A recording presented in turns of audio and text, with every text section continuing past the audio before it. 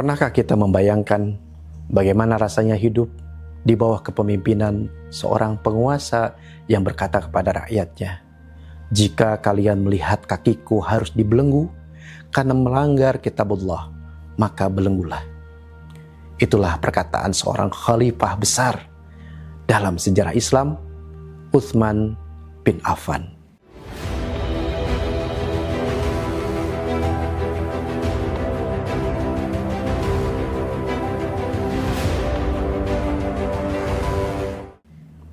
Dan hari ini kita akan membahas bagaimana prinsip kepemimpinan beliau membangun pemerintahan yang adil, lembut, tapi tegas.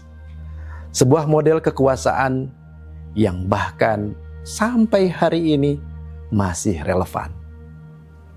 Ketika dibaiat sebagai khalifah, Utsman berdiri di hadapan umat. Tidak ada janji populis, tidak ada retorika kekuasaan. Yang beliau katakan justru sangat sederhana. Aku hanyalah pengikut, bukan pembuat perkara baru. Beliau menegaskan bahwa rujukan pemerintahannya hanya kepada 3 hal. Yang pertama, Al-Quranul Karim. Yang kedua, sunnah Rasulullah SAW. Dan yang ketiga, jejak 2 khalifah sebelumnya, Abu Bakar As-Siddiq dan Umar bin Khattab. Ini penting. Artinya kekuasaan dalam Islam bukan bebas nilai, bukan pula mutlak. Ia dibatasi oleh wahyu. Dan disinilah pondasi negara Utsman berdiri. Supremasi hukum, bukan supremasi penguasa. Dalam suratnya kepada para gubernur, Utsman memberikan peringatan keras. Allah mengangkat kalian untuk memimpin rakyat, bukan untuk menguras harta mereka. Bayangkan, seorang khalifah justru takut jika pejabat barunya berubah menjadi pengumpul kekayaan. Beliau mengatakan, jika pemimpin berubah menjadi penarik harta rakyat, maka akan hilang 3 hal. Yang pertama, rasa malu. Yang kedua, amanah. Dan yang ketiga, kesetiaan. Dan ketika 3 hal tadi hilang, sebuah bangsa akan runtuh dari dalam. Inilah prinsip politik ekonomi Utsman. Ambil kewajiban rakyat dengan adil, kembalikan hak mereka dengan sempurna. Prinsip ini tidak berhenti pada teori. Ketika gubernur Kufah yang masih kerabatnya sendiri terbukti minum khamr, Utsman menjatuhkan hukuman had dan memecatnya dari jabatan. Tidak ada nepotisme, tidak ada perlindungan keluarga. Keadilan tetap berdiri. Bahkan ada kisah yang lebih menyentuh. Suatu hari Utsman menjewer telinga pembantunya karena marah. Malamnya beliau tidak bisa tidur. Apa yang beliau lakukan? Beliau memanggil pembantunya dan memaksa agar membalas jeweran itu.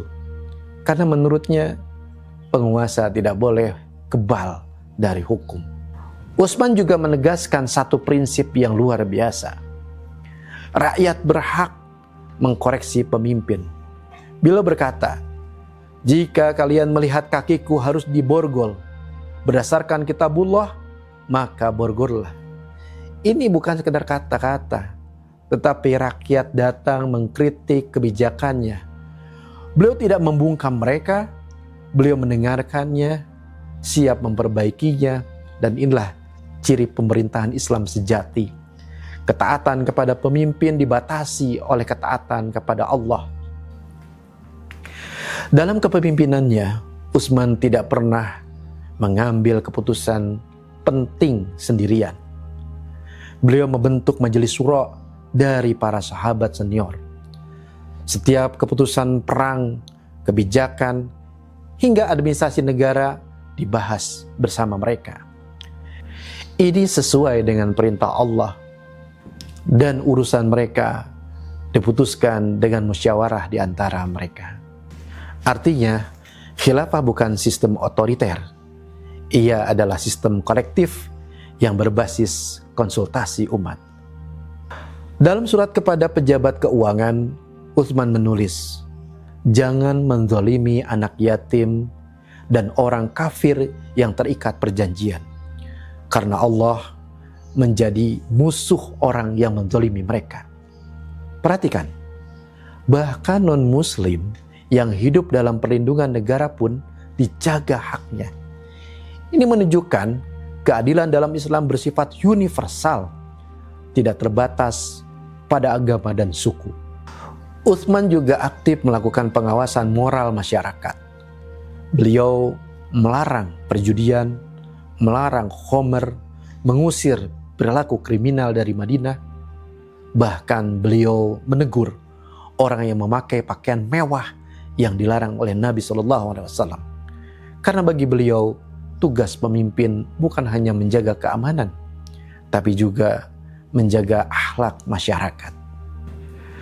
Dari semua prinsip ini, kita bisa melihat satu benang merah. Kekuasaan dalam Islam bukan tentang dominasi, bukan tentang privilege, bukan tentang keuntungan. Kekuasaan adalah amanah. Amanah untuk menjaga keadilan, melindungi yang lemah, mendengar kritik rakyat, dan tunduk sepenuhnya pada hukum Allah. Itulah sebabnya sejarah mencatat bahwa pada masa pemerintahan Utsman bin Affan menjadi salah satu periode paling stabil, paling makmur, dan berpengaruh dalam peradaban Islam. Dan pertanyaan untuk kita hari ini, jika seorang khalifah di abad ke-7 saja berkata, "Belenggulah aku jika aku melanggar hukum Allah," lalu standar seperti apa yang seharusnya kita tuntut dari pemimpin zaman sekarang?